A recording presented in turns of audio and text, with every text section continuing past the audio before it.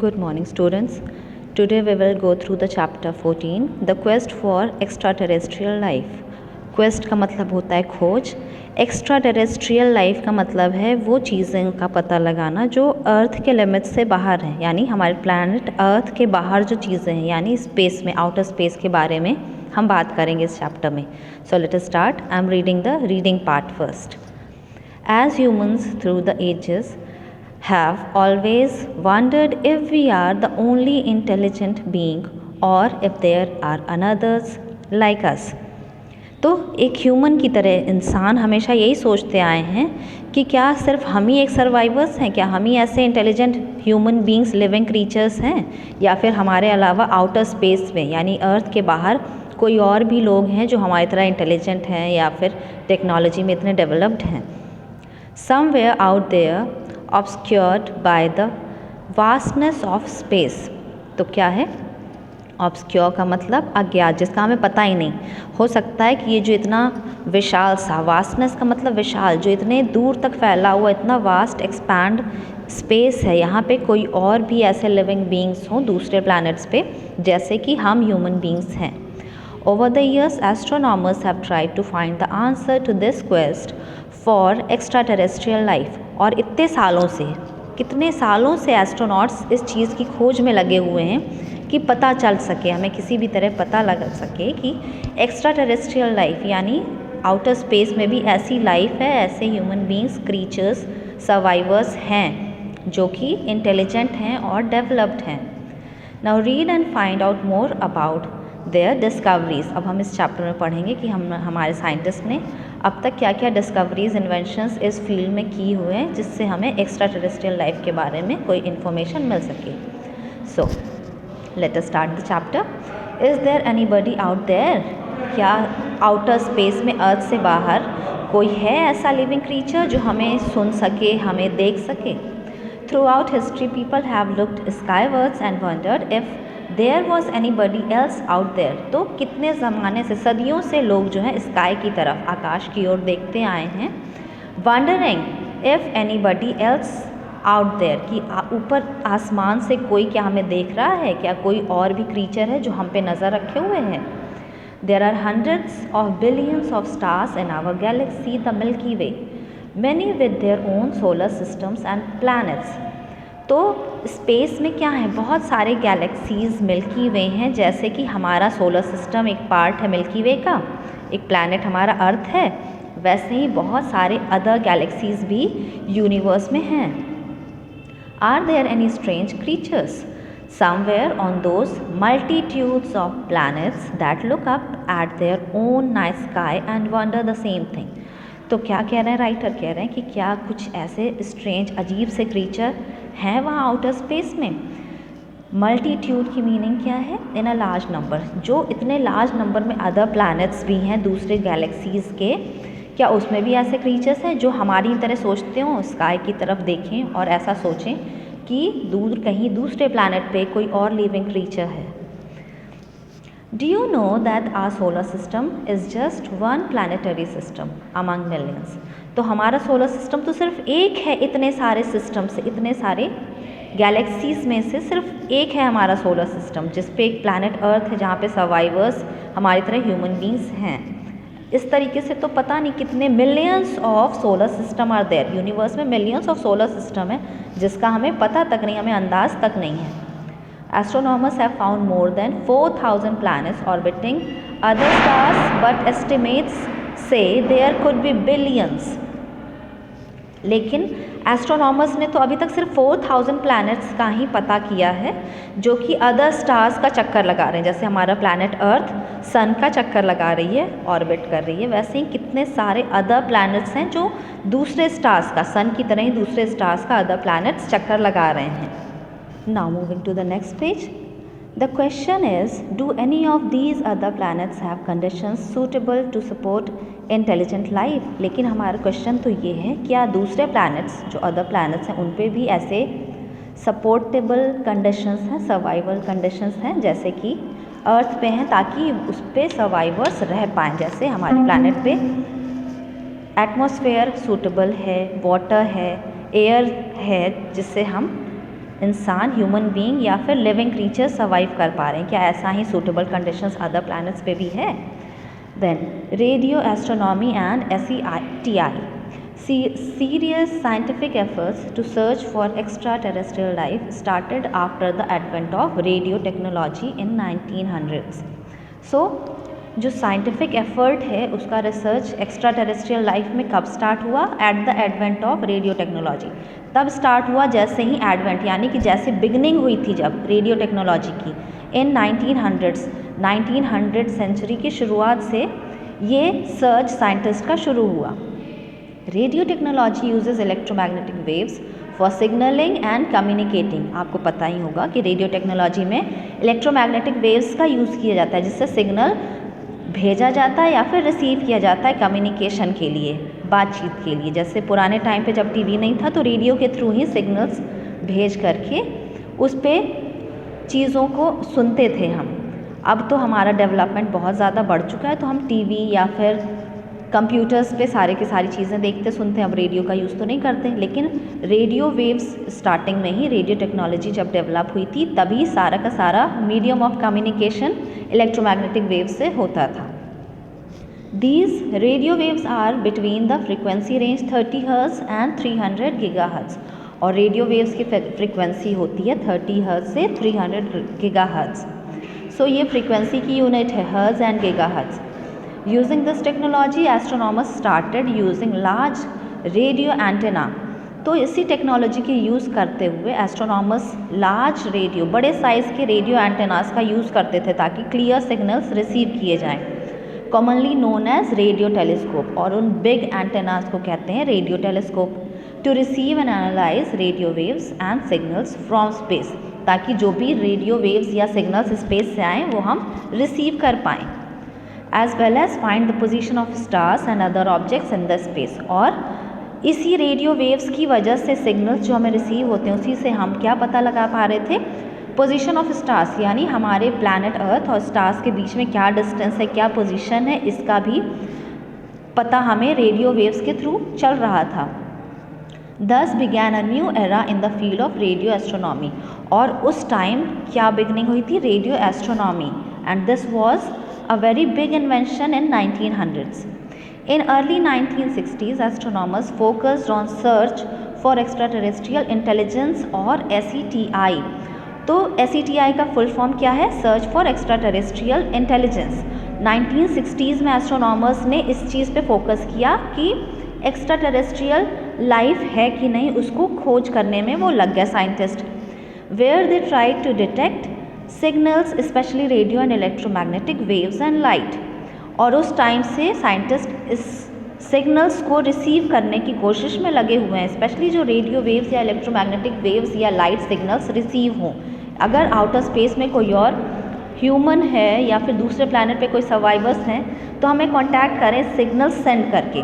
तो हमारी तरफ से अर्थ से भी सिग्नल्स भेजे जा रहे थे, और अगर कोई आउटर स्पेस से सिग्नल आ रहा है तो उसी को रिसीव करने के लिए बिग बिग साइज़ के रेडियो ट्रांसमीटर्स लगे हुए थे, ताकि एंटेनास जो अभी आपने देखा ऊपर के पैराग्राफ में, बिग साइज़ के एंटेनास यहाँ पे इंस्टॉल किए गए ताकि बाहर स्पेस से अगर कोई कम्युनिकेट हमसे करना चाह रहे, किसी का सिग्नल आ रहा है तो रिसीव किया जा सके। So from an intelligent extraterrestrial civilisation on other planets, कि दूसरे प्लैनेट पे अगर कोई और एक्स्ट्रा टेरेस्ट्रियल सिविलाइजेशन उतने ही इंटेलिजेंट हैं जैसे कि हम ह्यूमन बींग्स हैं, तो वो अगर कम्युनिकेट करने की कोशिश करें तो हम भी उनका सिग्नल रिसीव कर पाएँ। From 1963 to 1998, the Ohio State University Radio Observatory radio telescope called the Big Ear was part of university's search for extraterrestrial intelligence project। So 1963 से 1998 तक Ohio is the name of a state, university radio observatory, वहाँ पे big ear कहा गया। किसको कहा गया? There was a radio observatory, बहुत बड़े साइज़ का रेडियो ऑब्जर्वेटरी वहाँ पे इंस्टॉल किया गया था ताकि सिग्नल्स रिसीव किए जा सकें। So the name was given big ear to the part of university search for extraterrestrial project. जो एक्स्ट्रा टेरेस्ट्रियल सर्च के नाम से प्रोजेक्ट वहाँ पे स्टार्ट किया गया, बना था, और सिग्नल्स को रिसीव करने के लिए जो बिग साइज़ का रेडियो ट्रांसमीटर या इसीलिए उसका नाम बिग ईयर रखा उन्होंने। The telescope detected a strong radio signal from the direction of constellation. और जो बिग साइज़ का रेडियो एंटेना इंस्टॉल किया गया था वो कॉन्स्टलेशन की डायरेक्शन से कोई भी सिग्नल आता था जो बहुत स्ट्रांगली रिसीव कर रहा था। सजिटेरियस इन अगस्त 1977, तो इतना स्ट्रॉन्ग वो सिग्नल आ रहा था जो 1977 में रिसीव किया उसने। It is considered by some to be the best candidate for a radio signal from extraterrestrial intelligence ever discovered and is popularly known as the wow signal। और उस सिग्नल को, जो इतना स्ट्रॉन्ग सिग्नल उस time receive किया गया 1977 में, उसको वाव सिग्नल कहा गया, जो कि अब तक का सबसे स्ट्रॉन्ग सिग्नल था जो हमें आउटर स्पेस से मिल रहा था।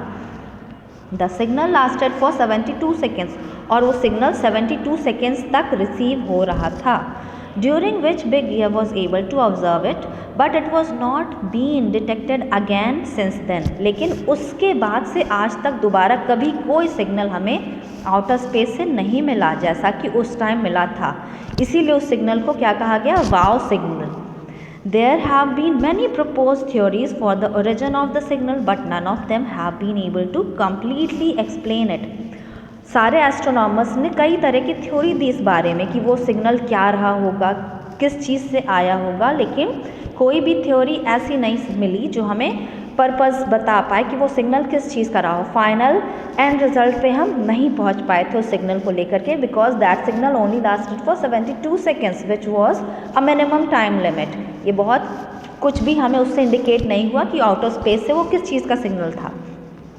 In 1984, a non-profit research organization called SETI Institute was set up in California, United States। फिर 1984 में SETI इंस्टीट्यूट की तरफ से एक ऑर्गेनाइजेशन जो कि सेटअप किया गया California in United States, founded by American cosmologist and science communicator Carl सागन।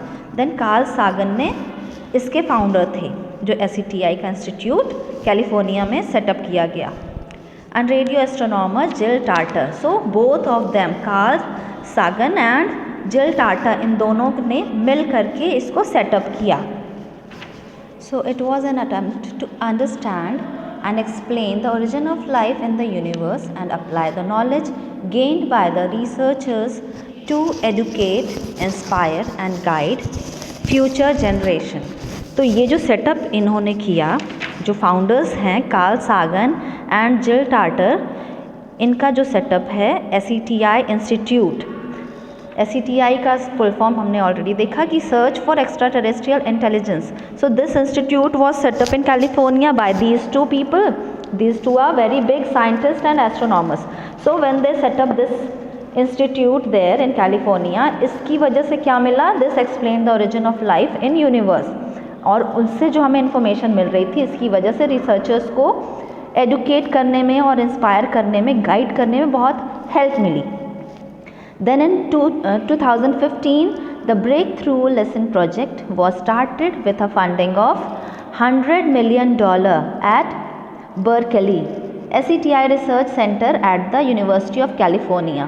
फिर उसके बाद 2015 में इस प्रोजेक्ट, एक नया प्रोजेक्ट स्टार्ट किया गया जिसकी फंडिंग की गई $100 million से, उसकी फंडिंग की गई। And the place is Berkeley SETI Research Center, University of California। And this research program is supposed to be one of the most comprehensive searches for alien communication, as it plans to cover 10 times more sky area to search for potential alien life। इस research में क्या किया गया, जो पहले previous projects अभी तक चलते आ रहे थे उससे 10 times मोर स्पेस कम्युनिकेशन के लिए यूज़ किया जाने लगा स्पेस का। Okay, so which can help to communicate with the alien. अगर एलियन कोई है स्पेस में, कोई भी लिविंग फॉर्म अगर स्पेस में है, तो वो अगर कम्युनिकेट करना चाहती है तो उस चीज़ का, उसका सिग्नल रिसीव करने के लिए प्रोजेक्ट स्टार्ट किया गया, जिसका क्या नाम रखा गया, ब्रेक थ्रू लिसन प्रोजेक्ट।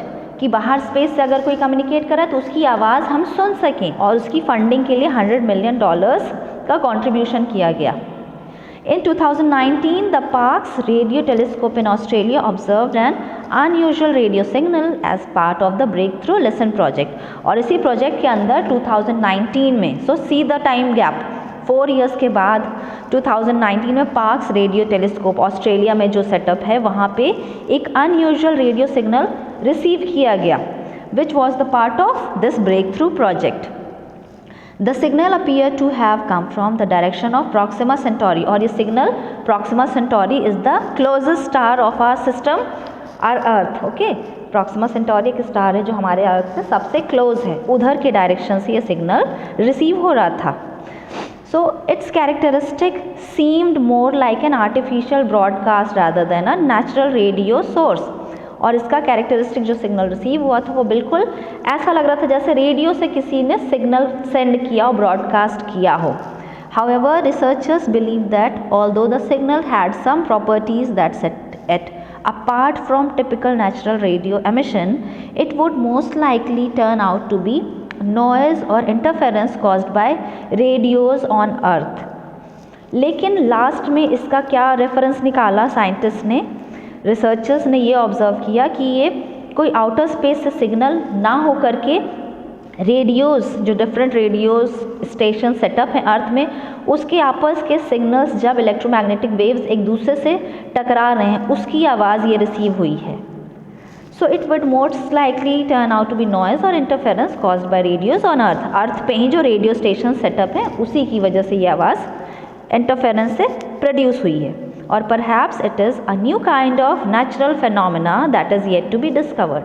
और ये भी अंदाज़ा लगाया गया था कि हो सकता है कि कोई न्यू फिनोमेना, कोई नेचुरल फिनोमेना ऐसी रही हो जिसका अभी तक स्टडी या ऑब्जर्व नहीं किया है साइंटिस्ट ने। Then next is Drake's equation. Frank Drake, an American astrophysicist and radio astronomer, developed an equation trying to estimate the potential number of intelligent alien communication in our galaxy। फिर Frank Drake जो कि American astrophysicist और radio astronomer हैं, उन्होंने एक equation develop किया जिससे कि हम एस्टिमेट कर सकें कि potential number of intelligent aliens कितने होंगे सिविलाइजेशन में, हमारी गैलेक्सी में। He shared his equation at the first scientific meeting on SETI in 1961। और उन्होंने अपनी इक्वेशन को फर्स्ट टाइम SETI की जब मीटिंग हुई थी 1961 में, तब दूसरे साइंटिस्ट या रिसर्चर्स के साथ शेयर किया, जो कि हम बॉक्स में देख सकते हैं। Then recent discoveries. In February 2021 NASA landed rover Perseverance in the Jezero crater of Mars. 2021 में नासा की तरफ से एक परसेवरेंस इन जज़ीरो, जज़ीरो क्या है, एक क्रेटर है मार्स में, मार्स प्लैनेट, वहाँ पे जो क्रेटर है वहाँ पे एक नासा की तरफ से जो परसेवरेंस नाम का रोवर लैंड किया गया। Its main goal is to help us get a better understanding of how Mars was formed as a planet. और परसेवरेंस नाम का जो वहाँ पे लॉन्च किया गया था रोवर, उसका मेन एम यही है ताकि मार्स पे कैसे फॉर्म हुआ, उसके मार्स प्लैनेट के फॉर्मेशन की हमें कुछ एक्स्ट्रा इन्फॉर्मेशन गेन कर सकें। Perseverance is also a part of 10 years plan to retrieve a Martian soil sample for analysis on Earth। और Perseverance के ही हेल्प से मार्शियन सॉइल यानी प्लैनेट मार्स पे जो सॉइल है उस पे जो मिट्टी या स्टोन है उसका सैंपल भी अर्थ पे आ सके, ये 10 ईयर का पूरा प्लान सेटअप सेंड किया गया है। It is equipped with more than 30 canisters. और ये जो रोवर सेंड किया गया था इसमें क्या है, 30 कैनिस्टर्स इंस्टॉल किए गए हैं। कैनिस्टर्स क्या होते हैं, कंटेनर्स, डब्बे, जिसमें मार्स का सॉयल या रॉक का सैंपल कलेक्ट करके अर्थ प्लैनेट पे लाके ऑब्जर्व कर सकें scientist. in which interesting looking rocks will be cached from the surface of earth। और अर्थ प्लैनेट पे जो भी रॉक या मटेरियल हमें अवेलेबल है वो स्टडी के लिए अर्थ पे लाया जा सके।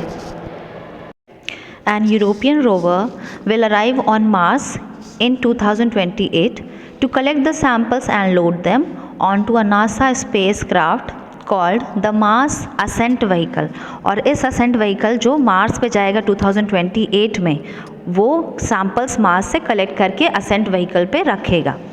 This vehicle will carry them into Martian orbit where it will meet with the European Earth return orbit।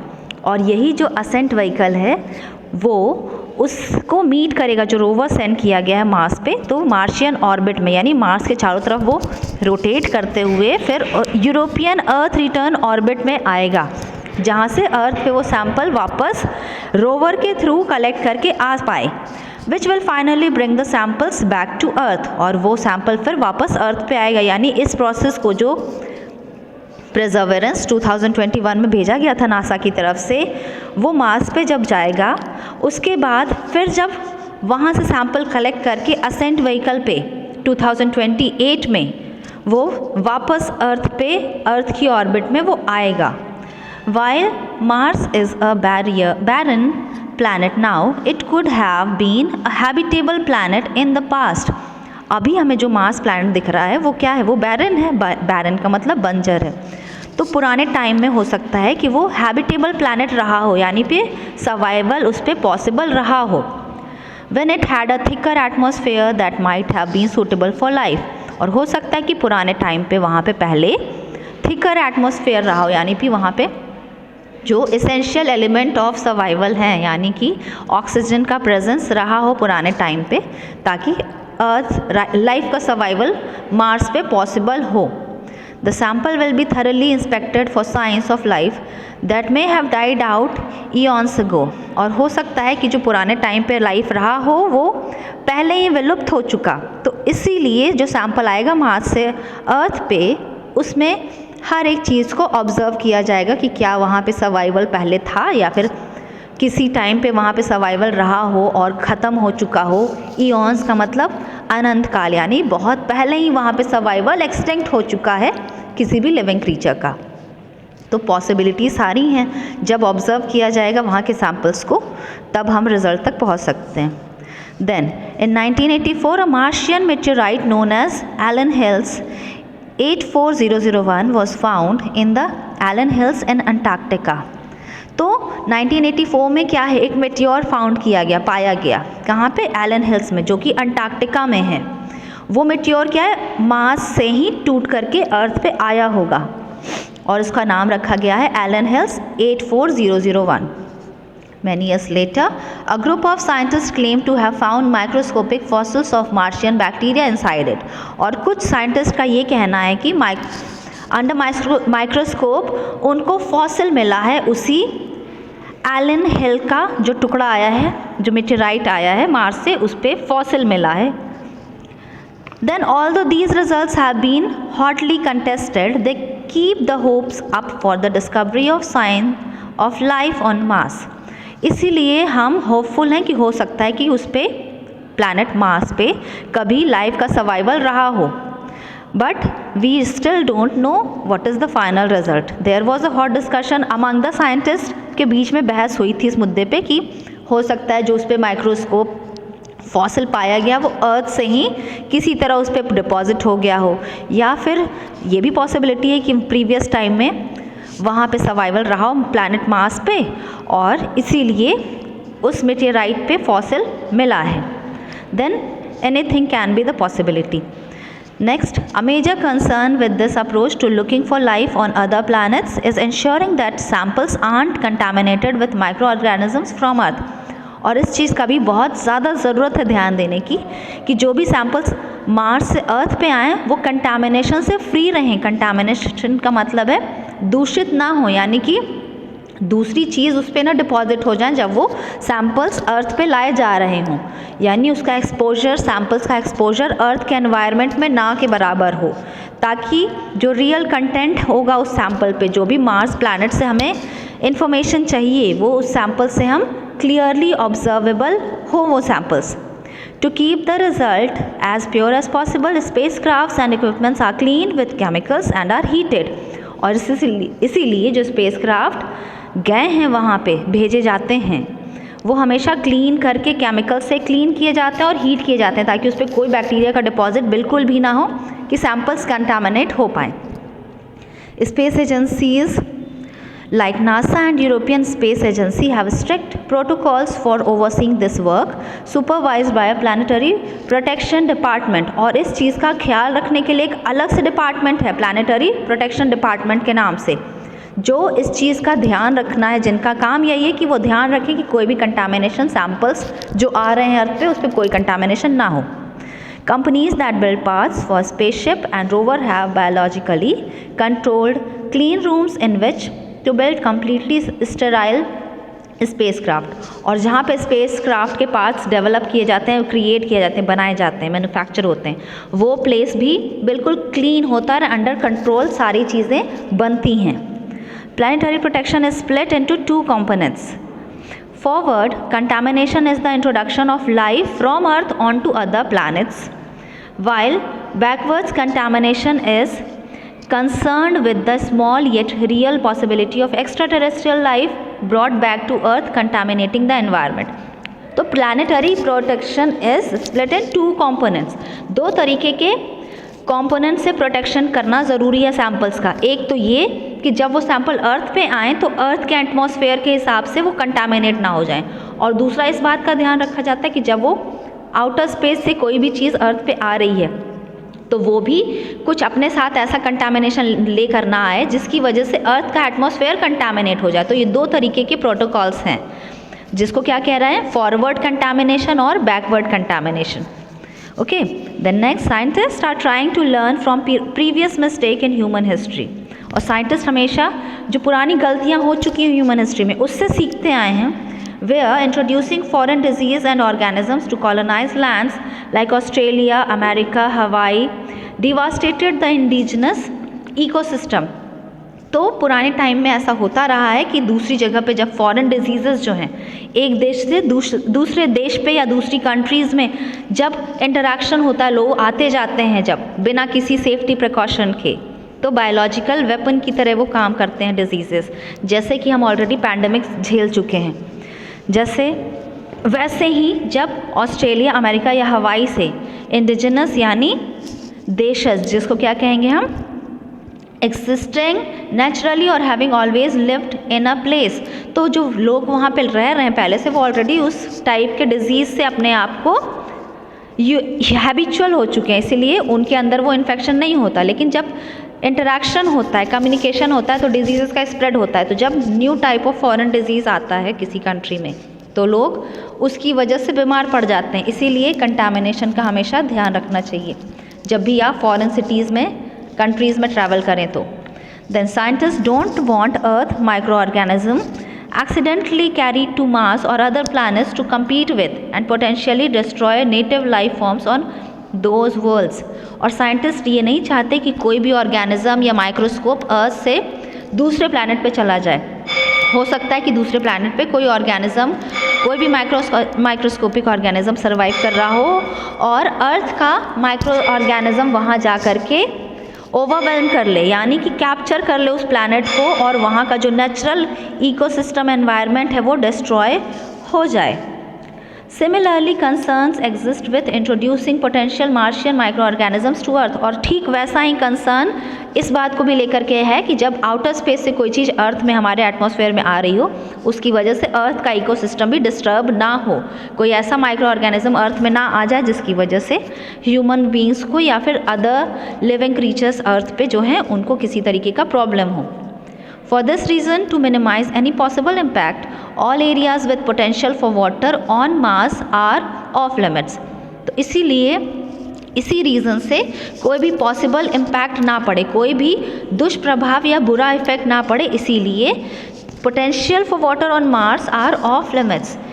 This means that life detection experiments cannot investigate areas that are most likely to support life and must concentrate on evidence of past life। These concerns also raise serious challenges for manned missions to Mars। और इसी वजह से कोई contamination ना हो, इसी वजह से अंडर कंट्रोल सारे एक्सपेरिमेंट्स किए जाते हैं। जो भी सैंपल का कलेक्शन किया जाएगा वो इस तरीके से किया जाएगा कि कंटामिनेशन ना यहाँ से वहाँ जाए, ना बाहर से हमारे प्लैनेट पे आ पाए। For this reason to minimise, then next is Apollo mission to Moon resulted in serious biological contamination according to current guidelines। जब अपोलो मिशन यानी कि जब मून पे गए थे अपोलो मिशन के टाइम पे बहुत सीरियस बायोलॉजिकल कंटामिनेशन हुआ था। देखिए, early astronauts left left several hundred kilograms of metabolic waste on the moon, including 96 bags of feces, urine, vomit, and food waste, all rich with bacteria and microbial life. तो जब previous Apollo mission हुआ था, तो जो astronauts जब moon पे rocket launch हुआ था, तो एस्ट्रोनॉट्स वहाँ पहुँचे, उन्होंने जब वहाँ से रिटर्न था उनका, तो वो क्या किए, वहाँ पे अपना सारा वेस्ट मटेरियल वहीं मून पे ही छोड़ आए, which contain 96 bags of faeces, यानी वेस्ट, जितना भी वेस्ट था, फेसेस यानी what you call as poops, human poop, okay. Then urine का जो भी उन्होंने वेस्ट किया था, सब कलेक्टेड बैग जो है वहीं छोड़ दिए थे, वॉमिट, वेस्ट फूड, सारा का सारा वेस्ट मटेरियल जो भी एक्सक्रीट किया था उन्होंने सब वहीं छोड़ दिए। And all that was rich in bacteria and microbial life, और ये सारी चीज़ें क्या है, माइक्रोबियल लाइफ और बैक्टीरिया से कंटामिनेटेड थी, जो कि बहुत ही बुरा इफेक्ट उस पर मार्स के एनवायरनमेंट में पड़ सकता है उससे, या प्री एग्जिस्टिंग ऑर्गेनिजम्स अगर मून पे कभी होंगे तो हमें सैम्पल कलेक्शन में इसलिए क्या होगा, कंटामिनेशन हो गया पूरी तरह वो। हाँ, it was a blunder mistake done by the scientist. Now next page. The water-rich areas of Mars, which are currently prohibited under the guidelines, are necessary for any planned manned missions. So जो भी areas ऐसे हैं Mars पे, मंगल ग्रह पे, जहाँ पे possibility है कि वाटर मिल सकता है, वो जगह बिल्कुल प्रोहिबिटेड हैं, वहाँ पे human are not restricted to go and observe and go send their rover and collect the samples. उस एरिया में जाना बिल्कुल ही मना है, ताकि वो पार्ट कंटामिनेट किसी भी तरह से ना हो पाए प्लानट का।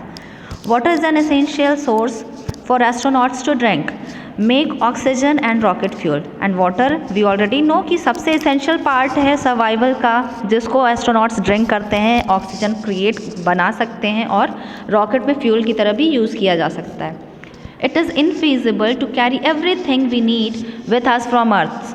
और ये बिल्कुल भी इनफीजिबल है, यानी अनुपयुक्त है कि हर चीज़, जिस भी चीज़ की हमें ज़रूरत है वो अर्थ से वो रॉकेट में अपने ले करके जाएं और वहाँ जाके यूज़ करें। Any human exploration of other planet would require the use of water and other resources that occur on these planets. तो कोई भी अगर जाएगा, एस्ट्रोनॉट्स अगर जाएंगे दूसरे प्लैनेट पे अंडर एनी मिशन, तो उनको जो भी चीज़ की ज़रूरत है वो अपने साथ कैरी करके ले जाते हैं। And water is one of the most essential part. इसीलिए मंगल ग्रह पे जिस एरिया में वाटर का होना पॉसिबल है, वहाँ पे ह्यूमन आर नॉट अलाउड किसी भी तरह का इंटरफेरेंस या फिर ऑब्जर्वेशन करने के लिए भी उस एरिया पे रोवर वगैरह सेंड करना बिल्कुल भी नॉट अलाउड है। To reconcile these conflicting goals, some experts recommend reserving some areas as part of planetary protection guidelines. इसीलिए इसी फैक्ट को रिजर्व रखने के लिए, उन एरियाज़ को कंटामिनेशन से फ्री रखने के लिए साइंटिस्ट ने प्लानिटरी प्रोटेक्शन गाइडलाइंस बनाया है। while allowing other areas to be used by humans, और बाकी जो अदर एरियाज़ हैं उनमें ह्यूमन का इंटरफेरेंस कैन बी डन, वहाँ पे रोवर वगैरह सेंड करके ऑब्जर्व कर सकते हैं, सैम्पल्स कलेक्ट कर सकते हैं, लेकिन कुछ पार्ट्स को स्ट्रिक्टली प्रोहिबिट कर दिया गया है। However contamination is sure to follow with any manned exploration, और कितना भी हम प्रोटेक्शन मेजर फॉलो कर लें, लेकिन कंटामिनेशन होना तय है। कोई ना कोई 99.1% में भी 1% भी चांस रह जाएगा तो contamination is possible. Then, going forward, some people want to be actively involved and instead of passively listening for signals from alien on Earth. They want to broadcast our presence out into the universe in the hope that these signals will be picked up by aliens. तो कुछ लोग जो अर्थ पे हैं वो क्या सोचते हैं, वो ये सोचते हैं कि पैसिव लिसनर्स नहीं बनेंगे, यानी कि हम वेट नहीं करेंगे कि कोई आउटर स्पेस से हमारे पास सिग्नल सेंड करे। इंस्टेड क्या कर रहे हैं लोग अपने ही वॉइसेस स्पेस में सेंड कर दे रहे हैं, ताकि आउटर स्पेस में अगर कोई ब्रॉडकास्ट हमारा कैच करने के लिए है, कोई और अगर रिसीव करना चाह रहा है हमसे, हमें अगर ऑब्जर्व कर रहा है, तो ह्यूमन वॉइस वहाँ कैप्चर की जा सके, आउटर स्पेस में सेंड किया जा रहा है regularly. This is called active SETI और messaging to extraterrestrial intelligence METI। सो इसी चीज़ को क्या कहते हैं, एक्टिव SETI या messaging to extraterrestrial intelligence METI। Then METI is somewhat एक्स्ट्रावर्शियल controversial as not everyone agrees that attracting alien attention, if there is any indeed, is necessarily a positive thing. लेकिन इसी चीज़ को हर कोई नहीं मान रहा.